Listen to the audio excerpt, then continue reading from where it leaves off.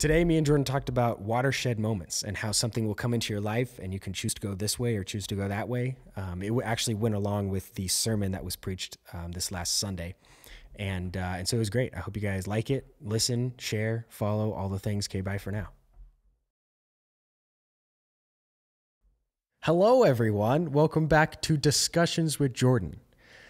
Before we jump in, I thought it would be cool to reiterate the format of this podcast for maybe somebody listening for the first time or whatever, because it's a little different than most. I don't tell Jordan the topic until he sits down right here and I say it into the microphone. He doesn't know what we're talking about because we do that because we want you guys to know it's a genuine conversation, because we've heard podcasts before where it feels rehearsed, like they're just reading scripts to each other.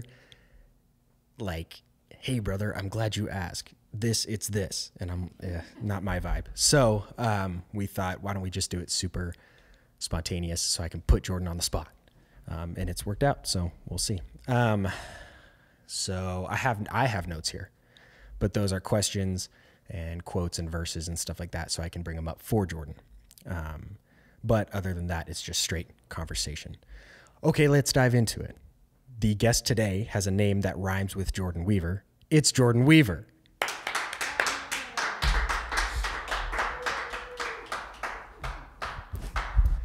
Jacob McLane. Mr. Jordan Weaver. How are you? Hosted by someone whose name rhymes with Jacob McLane. Yep, that's me. That's the only part that we, I don't know the topic. I still don't know the topic even right now. Right. I haven't even talked to you this week, really. No, not at all. But that's the part that we do plan, is that I have to stand over there until it starts. Yeah, that's the only part. I'm like, stand over there. Because I don't know. I like the talk show type Predictability. feel. Sure, I like that's cool. First of all, hello, everybody that's jumping on. Yes. Missed you guys this weekend. Yeah, Heard great things. Yeah, great things. Love Joe. The topic actually is kind of related to Joe's sermon. Okay. It's Well, I'm going to be honest. Okay. I was preaching for my dad yesterday morning. I just got back a little bit ago. I haven't watched it yet. Oh, really? Well, then this is great. It's going to bomb. Yeah. Watershed moments. Okay. So I have a definition. I'm so glad, because I was like, right. Yeah. No, those things. Yeah, I love those moments. shedding water. Watershed moments are defined as watershed means a ridge like that formed by a chain of mountains, which sheds water to two different rivers on either side. Interesting. It's from this meaning that watershed comes to mean a turning point or a divided line in social life. So Interesting. there's a Dang it, Joe. So there's a geographical definition. Okay. But then there's also like a social saying Sure. of a watershed moment. Here's another definition: an event marking a unique or important historical change of course. Kind of like, would you say kind of like a pivotal moment? Exactly like a moment right. of change in direction? Yeah, where you can choose to fall one way or the other. Okay. So basically something happens in your life and you can like fall into that category or fall into that category. Sure. It's, it's kind of a deciding moment. Right. Exactly right. So Good. A deciding moment. That's a good thing. So, Okay. Would you say that our country is kind of in a deciding moment right now? Yeah. Was that what he was saying too? Yeah, that's what Joe was. Good time for that sermon, I'd say. Right? Can you think of any watershed moments in the Bible, times that changed the course of history, if you will? I mean, I hate to just grab the obvious, but Sure. to me, it seems like there's so much confusion about Old Testament, New Testament. Right. The tone of the Old Testament seems to be in conflict with the tone of the New Testament. Okay. And we've talked about it on here, but like the watershed moment is the direction of the flow. Like God was constantly clearing out a space for Jesus within Right. the people that held the record of the prophecies. Right. And so he was, clearing the runway. The moment Jesus' arrival, and like we think of like the angels singing over the shepherds and things like that, like everything in that moment had changed. Mm-hmm. The watershed moment being, and that wasn't really a choice. We had, to be completely honest, we really had nothing to do with that as far as a choice. Mm-hmm. But the course of humanity was changed then. And then when the veil was torn in the temple, sure. that separated. And the cool thing about the temple was that the presence of God was hidden in the back, and it was separated with this veil. Right. And God's presence, like the priests only went in there like once a year, and they had to wear bells. because if the bells stopped jingling, something had happened. Oh, And like, jeez. like it was heavy, like Old Testament type stuff of God going like, no, do not allow sin to pervert the plan of who Jesus is. Right. So when that veil was torn, there's that watershed moment that says, no longer is there a gap between us and God's presence. That to me, that's just such a fascinating thought, that before, people didn't live in the presence of God. They lived with the words and the rules of God. Right. And then after that, when that veil, that's the value of that, like we're going this way, and then that happens and it turns and we come back this way. Right. Yeah. So what are some your watershed moments in your life? It's funny. I just got back from Texas, and Weatherford to me was a watershed moment, because in 2016, we decided that we were going to start looking at how we would plant externally. Okay. We had built this to what we wanted it to be built to. And to that point, we'd kind of built it based on what we knew, what we understood. And so Weatherford made sense because, like it was kind of, we felt like that the winter plan for us, everything slowed down enough here that we had the ability to do more. We weren't sure what that was going to look like. We'd never planted a church externally before. And it still gets brought up because it didn't work. It didn't work the way that we thought it was going to work. Right. The Weaver family that I can recall, like going all the way back to my grandpa, has never had a church die on their watch. Maybe after they left, but never one in the moment. And so I was the first. Yeah. Do we clap? Trailblazer. Yeah. But it was such a learning, it was a watershed moment for me, because once you go through a failure, you're like, okay, well, it wasn't fatal. Right. You kind of think like, as long as it doesn't fail, as long as it doesn't fail, as long as it doesn't fail. And I mean, it's pretty public. I mean, everybody up here knew what we were trying to accomplish. We weren't prepared for me and Lacey to be gone as much as we were. We didn't have the systems in place here that we needed to do what we were trying to do. We didn't have the systems in place there to do what we were trying to do. We had a real general sense of a direction, and it's crazy. It's almost like those moments, like I would compare it to, don't read too far into this, but Sure.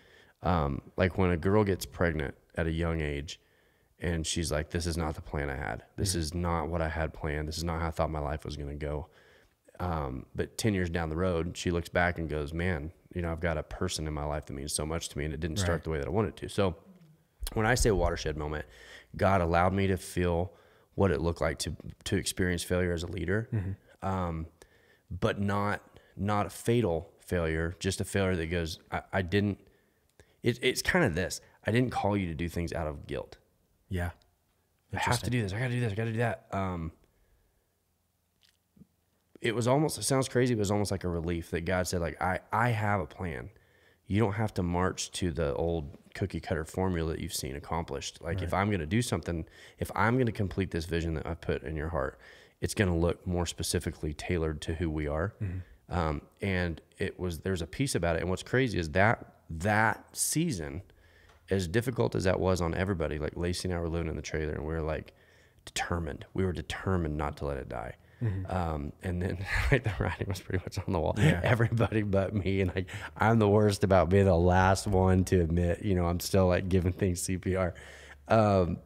But that's what gave birth to Arizona and the campus there. And I'm going to tell you, the people at the digital campus in Wickenburg, it was a healing that Lacey and I both needed, to see people outside. Because I think she's watching right now. Yeah, Nancy Ryan. I've never told Nancy this, and I'm probably going to tear up saying this, but like in the midst of everything that we were learning, I swear, it was specifically Nancy, like she would show up, and I knew she was going to be here on Sunday morning. And she was such a representation of the faithful people of Powell Butte that were like, we don't know what you're doing. We don't really necessarily understand it, but we're here. We're good. We'll figure it out with you. And I don't know that I've ever had a group of people that were loyal to me in the midst of a failure, not a success. Sure. And like that, there was such a cushion to fail. And then that was what gave birth to the systems that we had to have in place here, what it would take to succeed somewhere else without it failing or suffering or feeling like they're getting backburnered here.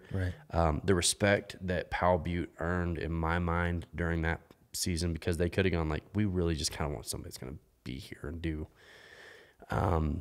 So that to me, that was actually where I learned who Jesus was, I think, probably, because if you look at every sermon I preached before that, the theme was kind of human performance. And it was in that season of just sort of frustrating breaking, things not working. And in the midst of that, knowing that like Nancy, Ryan, and people like her are going to be on the front row, and they're going to be there, and I'm going to be okay. So what do I have to say to them when I get there? That's where I discovered a lot of the podcasts that I listen to now. I had some time. I had more time on my hands than I expected that I would. I was traveling a lot. And what's crazy is that everything we ever do from now moving forward was shaped actually more by failure than success. You know, it was the failure, the season of failure, that was the most probably pivotal. Yeah. Because, hey, once you've had a failure on your hands, you're like, oh. Yeah. Okay. Yeah. Can you choose which way you fall? Like, is watershed moments a choice? For instance, I was having a conversation with a friend who lost their dad.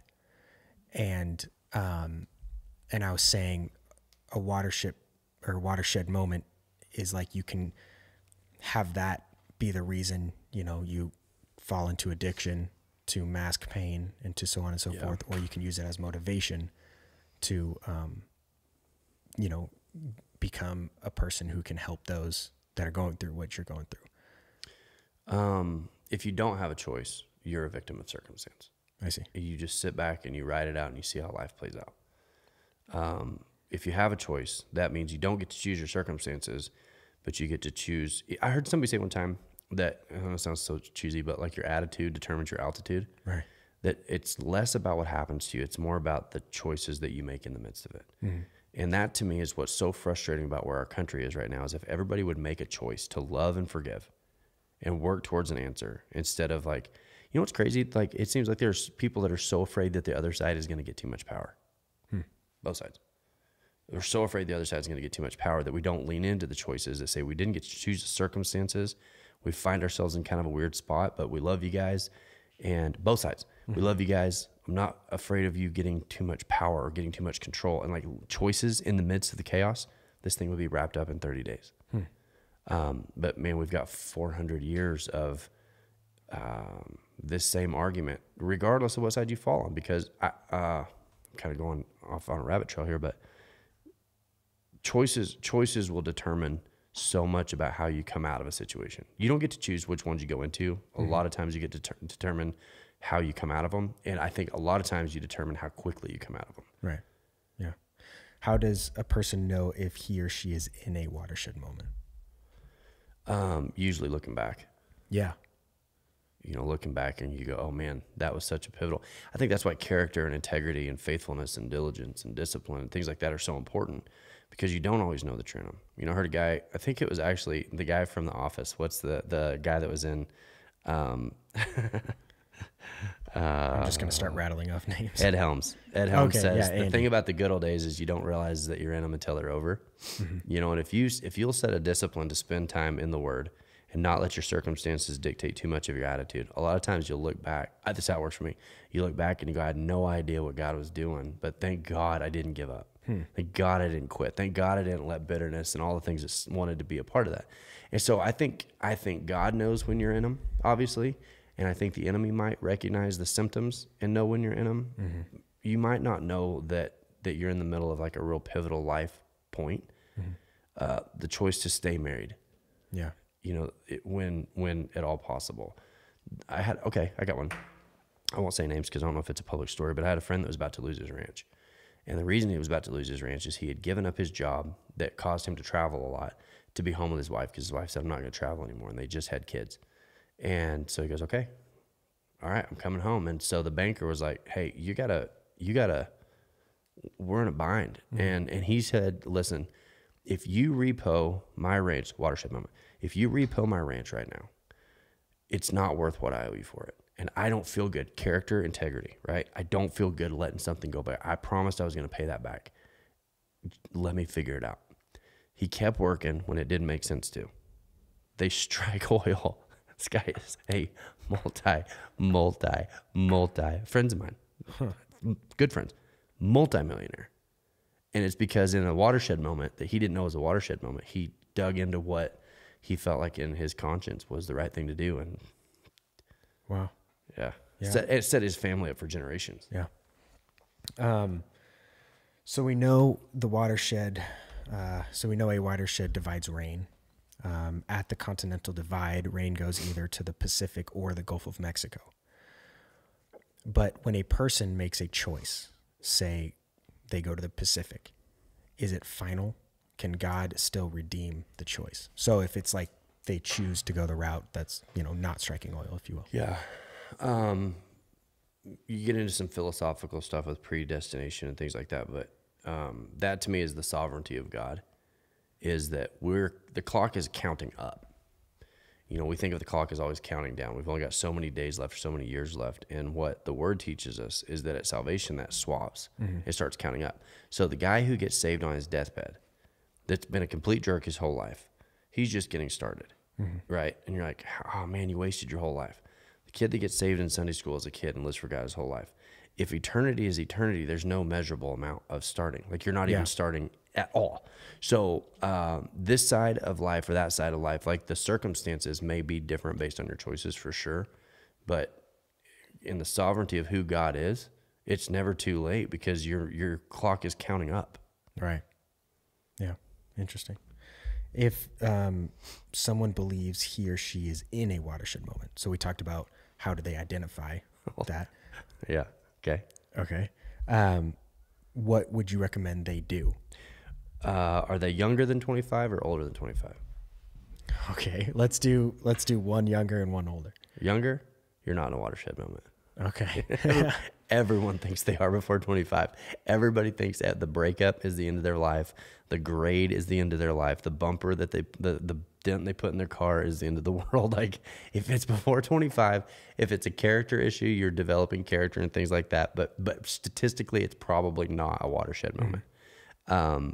The older you get, I would say that if you feel like that it's that, you kind of got to go, in my mind, you go to mechanical. Like you're spending time in the Word, you're stopping, you're willing to be quiet, which is something we do not do very well. Mm-hmm. We're just not naturally quiet with the Lord.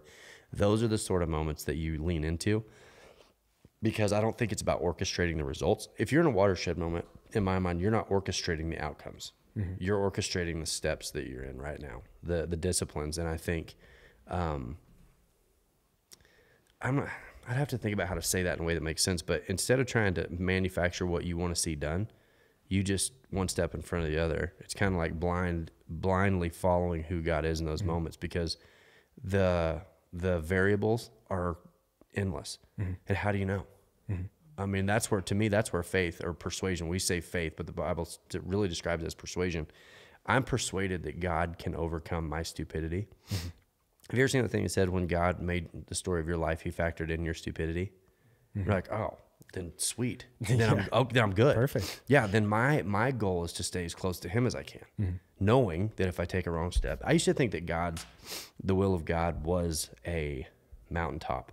And if you fell too far this way, you went that way. If you fell too far this way, you went that way, kind of a watershed moment. And I feel like that if you're living for God in a way that's personal, not rote, not habit, not rules, not all the stuff that we make it. If you're really genuinely like, God, just show me, I want to know. If your heart is like, God, I want to be where you want me to be, even if it's hard, then it's no longer a watershed moment. It's like a valley. And you can go a little this way or a little that way, and God's going to keep bringing you right back into it. So maybe there's like two different kinds of watershed moments. Well, and I guess if you want to get, like, the analogy kind of works, because the watershed, as you choose to follow Jesus, it turns into a valley. Okay. You choose not to, it falls into self and self-reliance. And man, I tell you what, if anybody has lived for very long, self-reliance is a bottomless pit. Mm-hmm. I mean, what if I do this? If I do this, what if they do that? What is the results if I do this? Have you ever seen those movies like where the gal makes the train and the results of her life are this way, and if she doesn't make the train, the results of her life are that way, and they show the movie like how both lives. Yeah. That's an impossibility, because every variable in each story is billions per second. Right. So I can't intellectually even get my mind around what it would look like to self-rely on my ability to navigate life. Mm-hmm. How do I know? Mm-hmm. But that watershed moment that says I'm choosing reliance on God and I will live with the outcome. Mm-hmm. Hey, I can sleep at night because I'm not having to manufacture the results and know in advance everything that's going to happen. Mm-hmm. So I think I preached on peace last week. I think that's where peace comes from, is that moment where you go, I'm going to live for God. I'm going to get to know him better. Mm-hmm. And I'm going to live with what that produces. Yeah. So there's a watershed. So like, okay, striking oil. There's a watershed moment. Do I go or do I stay? Mm-hmm. But what if something happened to you and your reaction, you choose, do I go or do I stay? For instance, losing a parent, and it's like you had nothing to do with that, but you can use that as an excuse to go that way, or you can use that as an excuse to go this way. Right. So for younger than 25, that is kind of a watershed moment. That is a watershed moment? Yeah, in fairness. I mean, when you're young, how could that not? I mean, right. Yeah, no, that's different. Yeah. So I guess it's like your choice, I don't even know. Let me ask you. So what about you? Because I feel like you've experienced some watershed moments, having just in the experience of our friendship. Do you recognize them at your age? Do you recognize them while you're in them, or do you recognize them looking back? You looking back. Yeah. I mean, usually if something is big, I usually almost want to take me out of the situation. Yeah. Because I don't trust myself, if you will. Right. So I want to say, okay, taking me out of the situation. I've prayed about it. I've done this. It's logical. I've asked everybody around me. So like decisions, watershed moment decisions, I usually can kind of identify those when they're a decision. Yeah. Do I go or do I stay? But when it's like that happened to you, and you can use it as an excuse to go this way, or you can use it as an excuse to go that way, that's usually the ones that I identify later. I think in someone's life that's having a moment, because we went through, not a parent, but the loss of my little brother when I was 15. I just turned 15 in October 17th, and he got killed. He was 13 years old. He got killed in a car wreck on October 29th. And so those are moments that if I really wanted an excuse to kind of not turn out very good, I would always for the rest of my life have something I could point back to and go, well, is that my control? This person did that. That person did this. Here's my excuse. If somebody wants excuses to not turn out very well, great. But you have to live with that. You have to live with the life that produces. Right. And no matter how right you are, you can be right and go, hey, I have every right in the world to not turn out very well. And somebody would go, yeah, no, you're right. Being right doesn't change your life. Mm-hmm. It makes no difference. You have to live with the results of I don't want to say excuses, but the results of the choices, right? Right. So in my mind, I could look at something and go, I had an excuse, but I don't want an excuse. Even if I have one, I don't want it. And I think the victim mentality is, I'm going to tell my kids all the time, like, victim mentality is worse on a person than cancer. Right. Because it makes you feel entitled while you don't participate in opportunities. Yeah. You willfully don't participate in opportunities, but you feel like you had a reason. And I just don't want to live with the consequences of bad choices, no matter if I have the excuses or not. Because the other part of that is, if you overcome your circumstances and things pan out, and this is not even necessarily specifically pastoral biblical concept, I think this is just my observation, is when you overcome obstacles, usually you look back and you go, because of those disadvantages, you turned out way better than you would have without them. Right. Interesting. You know, the kids with all the good circumstances, they grow up with no challenges. I mean, that's a struggle too. Yeah. I mean, the gritty kids, they have dirt under their fingernails and they had to get a job at an early age or support a parent or raise their siblings. So many of those kids turn out good because they're like, hey, I've got an excuse. I just don't want it. Right. I don't want an excuse. I want to know what it's like to work through and accomplish something. So, but how do you know who's going to choose that and who's not? Right. Interesting. You guys were raised in what the world would call comfortable. Same here. Like we're middle class. We're white. We're in a good neighborhood. We've got a lot of advantages. Right. You guys work hard. I mean, your family, your whole family, everybody in your family works hard, is accountable. How did you get to that point? Because you had the excuse not to. You had the excuse. Honestly, there are people that had it worse than you did that didn't turn out. Yeah. So what? I mean, in your life, what caused you to have ambition? I mean, I came to a divide of which way am I going to choose? I mean, I guess that was a watershed moment of saying, because people around me, my family was successful, whether that's professionally or, in the spirit, meaning like peaceful people. So I had to choose, am I going to like work hard to get that, or am I going to just kind of float? Live off what they've accomplished. Right. Just kind of float.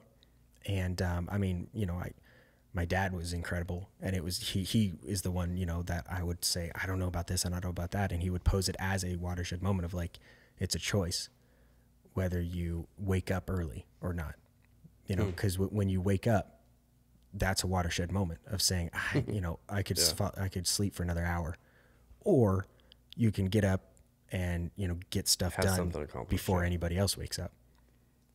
And so it's almost like, I mean, there's huge watershed moments of this thing, but then it almost can go down to like the daily thing 100 times a day. Am I, you know, I get in a fender bender. Am I going to choose to get out of the car and say, what are you doing? This is ruining my day. Or are you going to say, run. Hey, is everybody okay? Yeah, run. Is everybody okay? Hey, it's okay. It's fine. How are you? You know, that kind of stuff. It's like the stimuli comes in and you get to choose how you react to it. So yeah, we got a question. Mary says, dad isn't dead. You said dad was. He meant dad was as a child. Dad was this and dad was that. Oh yeah, no, dad is not dead. I was not meaning dad was dead. Good news, everyone. Yeah. Yeah, but I think as you make those choices over and over and over again, it does become a habit to the point it doesn't feel like a choice anymore. Yeah. You know, because like to me, I feel like I'm in enough of a visible position right now that if I were to do something publicly embarrassing, there are consequences, not just for me, but for my family and those around me. Right. So now it doesn't feel like, oh gosh, I hope I don't screw up. There was a time where I was coming out of a lot of bad habits and I'm like, oh, used to be my biggest fear in life that I was going to say a swear word while I was preaching. Really? Yeah. When I was younger, man, I kind of want you to do it. Everybody would probably clap. Well, that's the problem. But as a youth pastor though, like in the South, it would have not been okay at all. And so there was a time where I was like, just don't screw up. Well, now I've got enough of a pattern and like, it doesn't feel like I have to try as hard in the areas of things I used to struggle with. Now it's bigger, like peace, getting along, being someone who's easy to get along with in the midst of big decisions and big choices. But it's become enough of a habit that the things that were a struggle just kind of aren't a struggle anymore. Now they're just new. Now it's just on to new areas. Yeah, that's interesting. Tracy says, I think a watershed moment can come out of nowhere when you least expect it. It happened to me over 2 years ago when I saw you and Lacey walk into my construction office. I choose to lean into the feeling instead of run from it. I needed it more than I could ever imagine now looking back. I still remember that. We were looking at my poor wife, she gets drug into, she's back here. She is such a doll. I drag her into so many different ideas. Like, we're going to do this, we're going to do that, we can do that. Like, I'm an external processor. Yeah. So I'm like, I'll consider anything, right? And so we were in there looking at what it would look like to build a bigger building here. And Tracy was working at that construction office. And so I'll tell you my story about Tracy. Like, I remember meeting her there, but the story I remember is that her little boy broke his arm and he'd already committed to picking up trash at the PB rodeos. Yeah. And came back with a cast on his arm and picked up trash at the PB rodeos, even though he couldn't compete because he made a commitment. And I'm like, that is remarkable. That is an amazing, she's out there with him. And he was like, well, it's not that big a deal. You know, I get money back for the cans. I'm like, no, that's a big deal. I don't care. That's a huge, and I won't, for like the commitment, just the faithfulness of that, to have her and Zane out there picking up trash was just, man, that was, it challenged me of like, would I be there? No. Yeah. I would not have. I would have been like, pew. Yeah. So it's interesting when you said, I choose to, you know, look into it instead of run from it, Tracy. Because, I mean, that's like the way I think about resistance. We talk about resistance a lot, of a thought that comes in that's kind of just meant for ruining your mindset, of just knocking you off the day. What if this fails? Right. The way I attack those is I think about them intensely for like a couple minutes. What if this, what if that? So then it's like, okay, what if that? Yeah. And then I follow it down, and then every time it comes out, that would be fine. Yeah. If that happened, that would be fine. And then I lock it in a box. That's and Weatherford. Burn it. That's Weatherford. What if this fails? Well, it did. Yeah. And what came out of it? Nothing but good. Yeah. Nothing but good came out of that. Yeah. And I think, Tracy, if you were to ask Lacey, sometimes I need to run from it instead of running after every single thing that comes up. We just got back from Texas. I'm tired. And so right now I'm kind of thinking like, maybe I could lean out every now and then on some things when I have an idea and just say no before I consider it. Yeah, interesting. Well, I mean, that was it. And, I mean, that was right on. That was great. Watershed moments. Awesome. Everyone send this to somebody that you think they would benefit from. Other than that, just like and follow and see you guys later.